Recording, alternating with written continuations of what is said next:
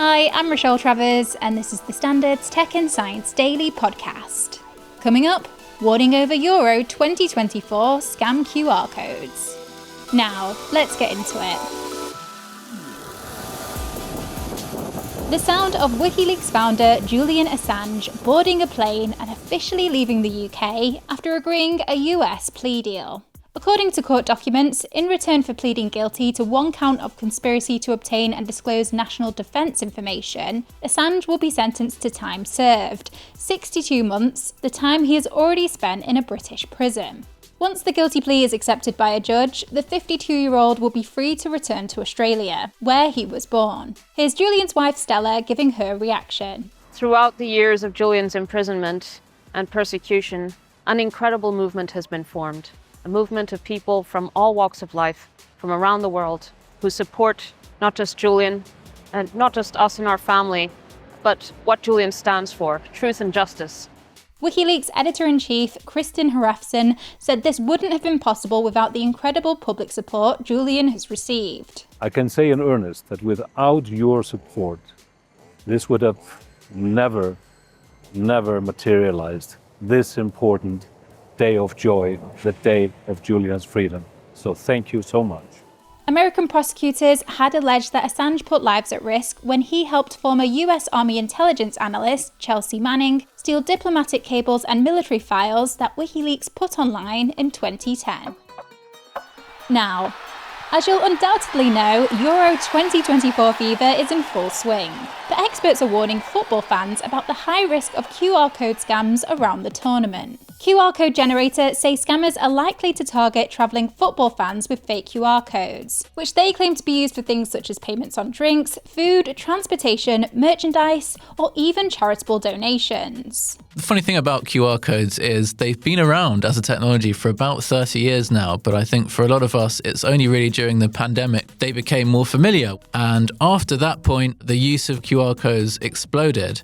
And as with any internet-based technology, once something becomes sufficiently popular, that's when the scammers muscle in and decide there's some opportunity for them. That's the Standard's business and technology correspondent, Simon Hunt. He's been explaining why big events such as the Euros are hotspots for these kinds of scams. It's particularly prevalent at these kind of big events like the Euros, where you might have huge venues where, potentially hundreds of people are all gathered in the same space. And it's very difficult for the organisers to regulate that and ensure that there isn't any scamming going on or any sort of trickery. What tends to happen is these QR stickers that are put on tables are tampered with by vandals who will subtly replace them with their own stickers.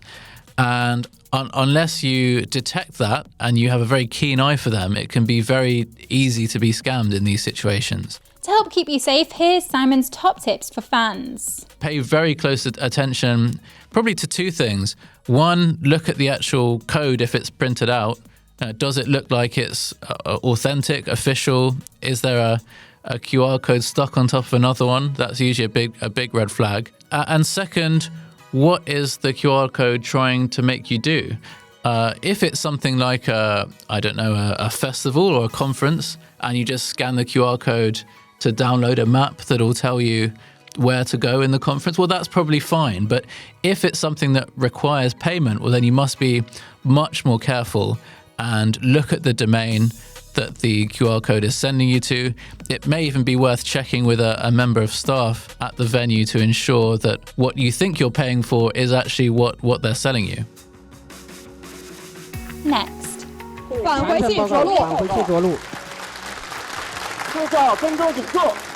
The sound from the Chinese Space Agency control room watching their Chang'e 6 probe successfully return to Earth after its historic mission to bring back the first samples from the far side of the moon. The robotic probe landed in China's Inner Mongolia desert on Tuesday, with the return capsule containing the harvested rocks. China National Space Administration said the probe landed at 6:07 a.m. GMT, which was 2:07 p.m. local time. Scientists hope that the samples will shed new light on the moon's geology and history. The world's biggest music labels are suing two artificial intelligence startups over alleged copyright violation in what could be a landmark case. Sony Music, Universal Music Group, and Warner Records say AI firms Suno and Udio have committed copyright infringement on an almost unimaginable scale. The music giants claim the pair's software steals music to spit out similar work and are asking for compensation of $150,000 per work. Suno and Udio have not yet publicly responded to the claims. The lawsuits announced by the Recording Industry Association of America are part of a wave of lawsuits from authors, news organisations and other groups that are challenging the rights of AI firms to use their work. Let's go to the ads. Coming up, a potential link between plastic bottles and type 2 diabetes, and why a family in Florida is suing NASA. Welcome back. A study is warning it's found direct evidence linking a key chemical ingredient of plastic bottles to a higher risk of type 2 diabetes. Research by California Polytechnic State University in the US found that the chemical BPA used to make food and drink packages can reduce sensitivity to the hormone insulin, which regulates the body's sugar metabolism. The findings will be presented at the 2024 scientific sessions of the American Diabetes Association and call for the US Environmental Protection Agency to reconsider the safe limits for exposure to BPA in bottles and food containers. London's roads have been ranked the most congested in Europe for the third year in a row. According to a report by traffic information supplier Inrix, drivers in the capital spent an average of 99 hours sitting in traffic in 2023, which is up from 97 hours in 2022. It puts the city behind only New York and Mexico City worldwide, although China and India are not included. And finally, a family in Florida is suing NASA after their house was hit by suspected debris from the International Space Station. In March, an object weighing about 700 grams crashed into the home, ripped through the ceiling, and tore up its flooring, all while the homeowner's son was living there. NASA later confirmed that the strange object was from a metal support to a pallet packed with over 2 tons of batteries. The family is seeking $80,000 from NASA for the damages caused. You're up to date. Come back at 4 p.m. for the Standard podcast for all the latest news and analysis. Tech and Science Daily will be back tomorrow at 1 p.m. See you then.